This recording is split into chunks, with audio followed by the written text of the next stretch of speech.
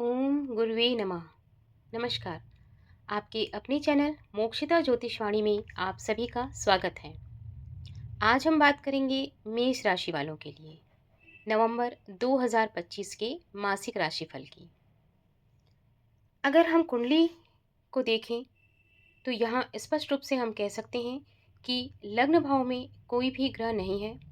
चतुर्थ भाव में गुरु बैठे हैं, पंचम भाव में केतु हैं, शुक्र षष्ठम भाव में है, सूर्य सप्तम भाव में है और बुध और मंगल अष्टम भाव में है। 11वें भाव में राहु है और द्वादश भाव में शनि विराजमान है। यहाँ हम स्पष्ट रूप से देख सकते हैं कि शुक्र नीचस्थ होकर के कन्या राशि में बैठा हुआ है। तो आइए अब हम भाव ग्रह स्थिति के अनुसार प्रत्येक भाव को समझेंगे और साथ में उनका उपाय भी देखेंगे। इसलिए आप सभी चैनल में लगातार बने रहें ताकि जिस भाव को लेकर आपकी जो समस्या हो आप उसके अनुसार जो समाधान आपको बताए जा रहे हैं वो समाधान आप कर सकें। तो आइए अब इसी के आधार पर नवंबर 2025 के लिए मेष लग्न का 12 भावों पर आधारित संपूर्ण मासिक राशिफल भावानुसार विस्तार से ग्रहफल के अनुसार साथ में परामर्श और उपाय को भी हम समझते जाएंगे। जैसा कि कहा गया है, ग्रहा यत्र स्थिता भावे फलानि कथयन्ति ही, अर्थात ग्रह जिस भाव में बैठते हैं उस भाव के अनुसार फल देते हैं। तो यहाँ हम प्रथम भाव से शुरू करेंगे और प्रथम भाव से होते हुए हम पूरे 12 भावों का क्रम से अध्ययन करेंगे कि कौन से भाव में कौन सा ग्रह बैठा है, किस भाव में किस ग्रह की कौन सी दृष्टि पड़ रही है और इन सब को मिलाकर फिर उस भाव से संबंधित हमें क्या फल प्राप्त होंगे और हमें इससे संबंधित कौन से उपाय करने हैं। तो आइए करते हैं शुरुआत। प्रथम भाव जिसे हम लग्न भाव भी कहते हैं या यह भाव हमारे स्वभाव, स्वास्थ्य और व्यक्तित्व को बताता है। जैसा कि हम चार्ट में स्पष्ट रूप से देख सकते हैं कि लग्न भाव में कोई भी ग्रह नहीं है। इसका अर्थ है कि इस माह आपका व्यक्तित्व आत्मबल व ग्रह दृष्टियों के प्रभाव से संचालित होगा। इसका अर्थ क्या है कि हम यह देखेंगे कि अगर इस भाव में कोई ग्रह नहीं बैठा है तो क्या इस भाव में किसी अन्य ग्रह की कोई दृष्टि आ रही है। जैसे कि स्पष्ट रूप से हम देख सकते हैं कि सूर्य की सप्तम दृष्टि इस भाव पर है।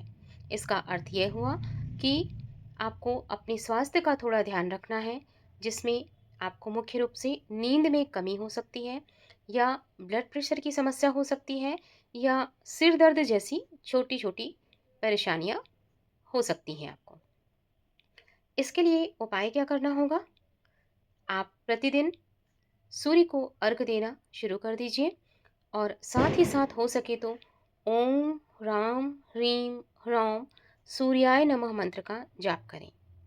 देखिए, मैं हर किसी को मंत्र जाप करने के लिए नहीं कहूँगी, क्योंकि कई बार ऐसा होता है कि हम समय नहीं निकाल पाते हैं मंत्र जाप करने के लिए और हमारे ये जो मंत्र हैं, इन मंत्रों के हर एक शब्द का अपना एक अलग महत्व होता है।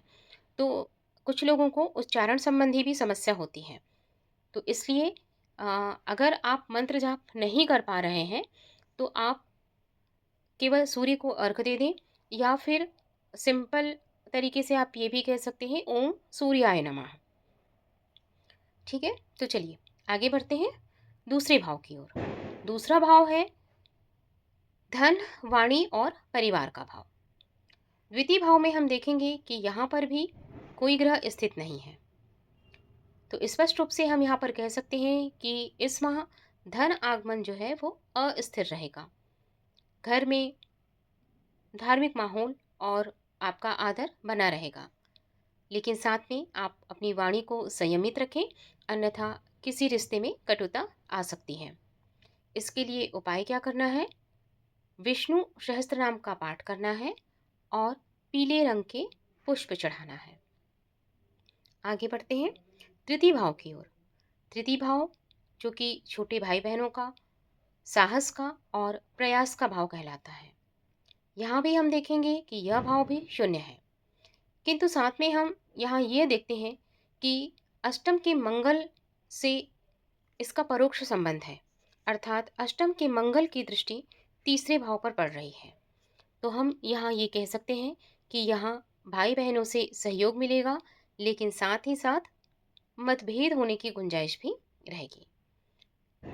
उपाय क्या करना है हमें?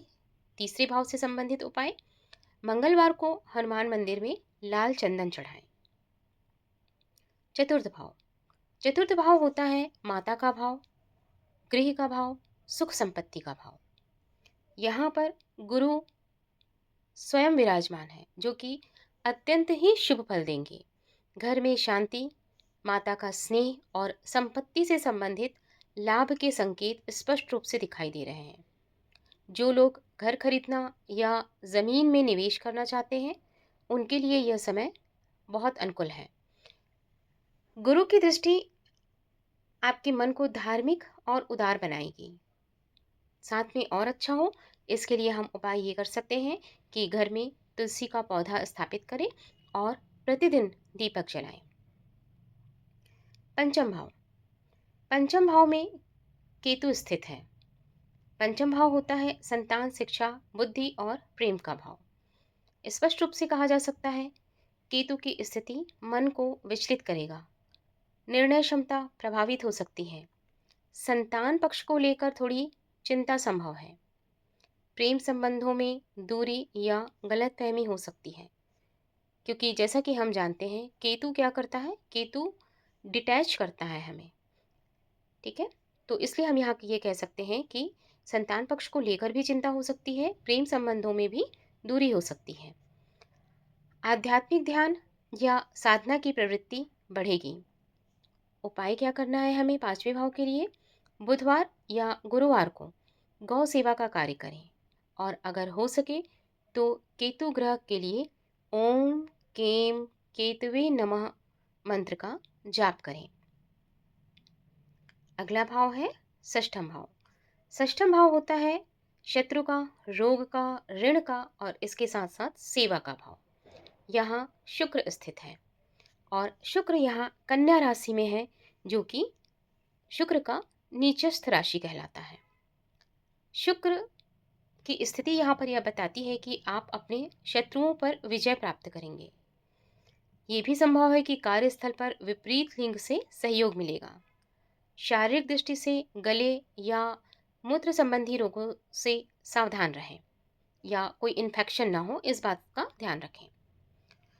यहाँ के लिए उपाय आपको करना है, शुक्रवार को दुर्गा सप्तशती का पाठ करें या सुहागिन स्त्री को सुहाग की सामग्री दान में दें। सप्तम भाव, सप्तम भाव होता है पार्टनर का, पति पत्नी का, साझेदारी का और साथ में समाज का। यहाँ सूर्य स्थित है। सूर्य हमें अहम और स्वाभिमान देता है। इस वजह से यहाँ पर दाम्पत्य जीवन में टकराव संभव है, थोड़ा तनाव भी हो सकता है। साझेदारी के कार्यों में भी आपको सावधानी बरतनी होगी, अन्यथा विवाद या असंतोष उत्पन्न हो सकता है। उपाय क्या करें? रविवार को लाल वस्त्र पहनकर सूर्य को गुण मिश्रित जल अर्पित करें। अष्टम भाव, अष्टम भाव कहलाता है दुर्घटना का भाव, विरासत का भाव, गुप्त रहस्यों का भाव और साथ में परिवर्तन का भाव।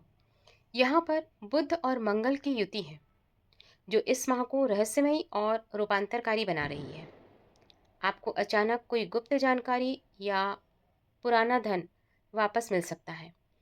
कानूनी मामलों में यह भाव आपको कुछ अच्छे योग दे रहा है, विजय के योग बना रहा है, परंतु शब्द और कार्य दोनों को संयम रखना आवश्यक है। उपाय क्या करें? मंगलवार को हनुमान चालीसा का पाठ करें। नवम भाव, यह भाव भी रिक्त है। यहाँ पर भाग्य धीरे धीरे खुलता हुआ नजर आ रहा है। धार्मिक यात्रा या किसी गुरु से साक्षात्कार के अवसर भी आपको प्राप्त हो सकते हैं। पितृपक्ष के प्रति आपकी श्रद्धा बढ़ेगी। उपाय क्या करना है? ब्राह्मण को पीले वस्त्र या पीली दाल का दान करना है। दशम भाव।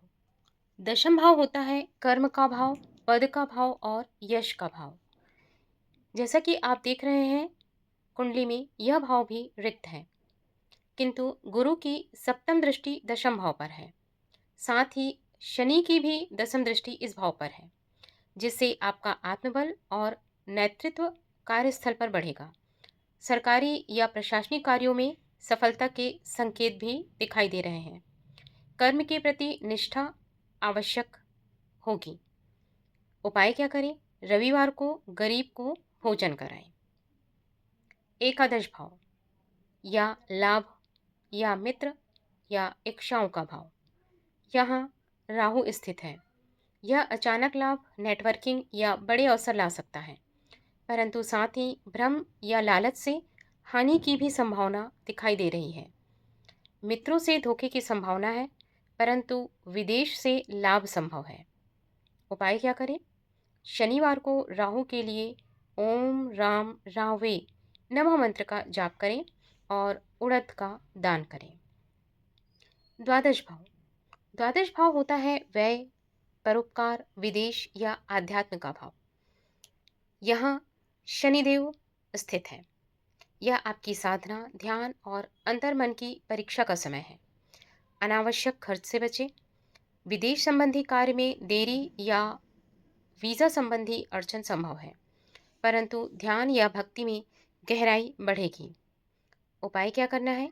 शनिवार को पीपल वृक्ष के नीचे तिल का दीपक जलाएं। इस प्रकार से हमने प्रथम भाव से लेकर के 12वें भाव तक के सभी भावों को समझा, जाना और उपायों को भी हमने जाना है। स्पष्ट रूप से हम कह सकते हैं कि नवंबर का महीना मेष राशि वालों के लिए कर्म, संयम और आत्मनियंत्रण का समय होगा।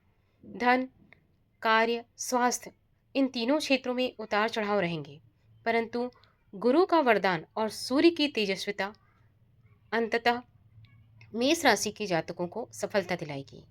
जो लोग कानूनी, सरकारी, शिक्षा या तकनीकी क्षेत्र में हैं, उनके लिए यह समय लाभप्रद होगा। परिवार में धार्मिक आयोजन होने की संभावना है। साथ में यह सलाह दी जाती है कि सत्य के मार्ग पर चलें। तो यह रहा नवंबर माह के लिए मेष राशि वालों का राशिफल। कर्माणि कुर्वन्ति ग्रहा फलं तु स्वकर्मजम् शुभम वा अशुभम वा यत् तद भवेत् तु न संशयः। हम कह सकते हैं कि ग्रह हमारे शिक्षक हैं। इनसे हमें भयभीत नहीं होना है। अगर हम उन्हें समझ लेते हैं तो वह अवश्य ही हमारा भाग्य परिवर्तित कर देते हैं। तो आज का राशिफल देखने के लिए आप सभी का बहुत बहुत धन्यवाद। अगर आपको हमारा YouTube चैनल पसंद आता है तो हमारे चैनल को सब्सक्राइब करें। ओम गुरुवे नमः।